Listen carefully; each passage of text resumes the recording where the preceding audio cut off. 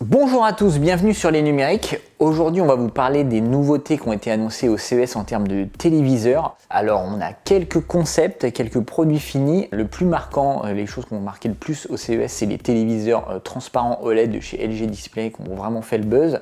Alors, c'est pas nouveau, on l'avait déjà vu à l'IFA en 2016. Les écrans transparents étaient présents tous les ans depuis l'IFA 2016. Cette année, LG Display semble avoir commencé la commercialisation de masse puisque met vraiment le paquet sur ces prototypes-là.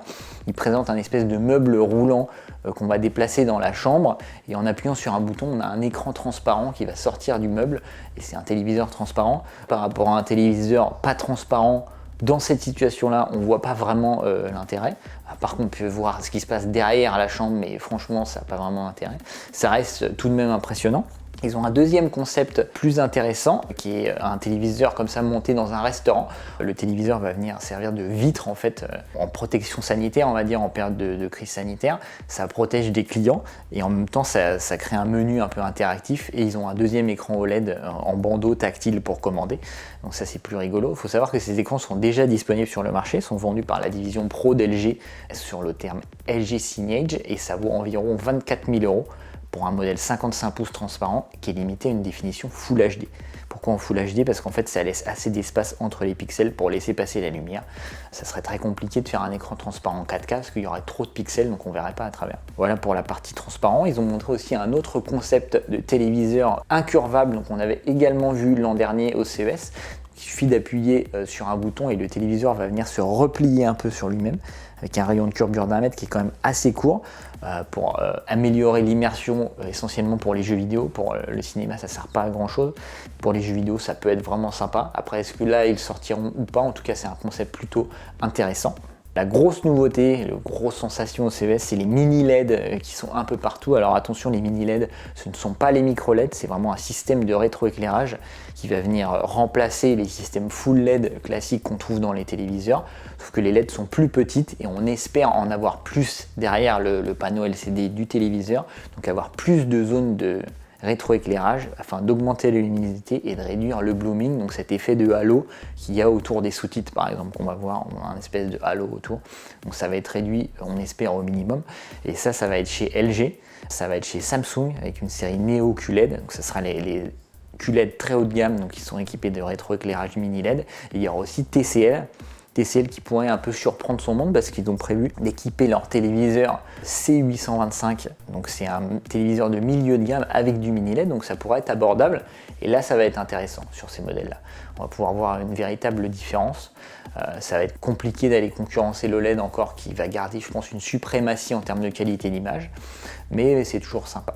Du côté de l'OLED, chez LG Display, donc le fabricant de dalles va proposer à tous les autres fabricants de téléviseurs une nouvelle dalle OLED plus haut de gamme qui va permettre de monter plus haut en luminosité à l'image de ce que fait Panasonic sur ses téléviseurs haut de gamme. Donc là encore, on espère gagner jusqu'à 20% de luminosité et on l'a vu déjà chez Panasonic sur les GZ2000 et HZ2000 qu'on a déjà testé, que la luminosité dépassait 950 candela par mètre carré. On espère que sur ces modèles-là, avec les nouvelles dalles LG, on atteigne presque 950 candela par mètre carré, alors que c'est d'habitude autour des 700 sur les télé OLED. Donc là, c'est vraiment sympa. C'est une belle évolution, en tout cas, qu'on attendait de la technologie OLED. Et chez LG Electronics, petite nouveauté, il y aura un nouveau modèle OLED d'ultra, on va dire, entrée de gamme, qui viendra se mettre avant la série B. Ce sera une série A, qui va être baptisée A1. Et il y aura une dalle OLED classique, mais avec de l'électronique 50 Hz, donc qui sera assez limité. Ça sera réservé aux amateurs de cinéma. Il n'y aura pas de HDMI 2.1, mais on s'attend donc à un tarif très agressif. Le problème du tarif agressif sur les nouveautés, c'est que c'est toujours plus cher que l'ancienne gamme en promotion. Donc on verra s'il peut rivaliser avec le BX qui est vendu cette année, qui est vendu aux alentours de 1300 € en 55 pouces. On verra si l'A1 est vendu moins cher. En tout cas, c'est intéressant, d'autant plus qu'il sera décliné aussi en 48 pouces, donc ça pourra faire un téléviseur 48 pouces vraiment abordable. Hisense a dévoilé un nouveau projecteur ultra courte focale Laser TV. C'est un projecteur laser ultra courte focale 4K qui est fourni avec un cadre, avec un écran technique qui permet de filtrer les reflets. C'est une évolution de ce qu'ils ont proposé les autres années. Donc c'est un peu plus lumineux encore, ça couvre encore un peu plus de couleurs. Ça reste une niche, c'est quand même assez compliqué à installer. Après, ça bénéficie d'un bon rapport qualité-prix en termes de taille, puisqu'on atteint 100 pouces pour environ 4000 €. C'est très compliqué d'atteindre 100 pouces sur les téléviseurs. à ce tarif-là, donc ça commence à être pas mal. Et en autre nouveauté, on a aussi le micro LED, donc qui est pareil, qui est annoncé depuis 2 ans au CES. Et cette année, au mois de mars, Samsung commercialisera donc les 2 premiers téléviseurs micro LED au monde, et ça sera commercialisé en France. Accrochez-vous bien pour le prix, puisqu'il faudra compter 1 000 € le pouce et qu'il n'y aura que 2 versions de 98 pouces et 110 pouces disponibles. Donc en gros, ça nous fait 98 000 € pour le premier et 110 000 € pour le second. Donc c'est des tarifs stratosphériques, hein. On parle d'environ 100 000 € pour un téléviseur. Alors évidemment, c'est pas destiné au très grand public. Les plus fortunés pourront se l'acheter. Pour nous, on a surtout hâte de pouvoir au moins tester un des 2 modèles pour voir si le micro LED peut vraiment rivaliser avec l'OLED.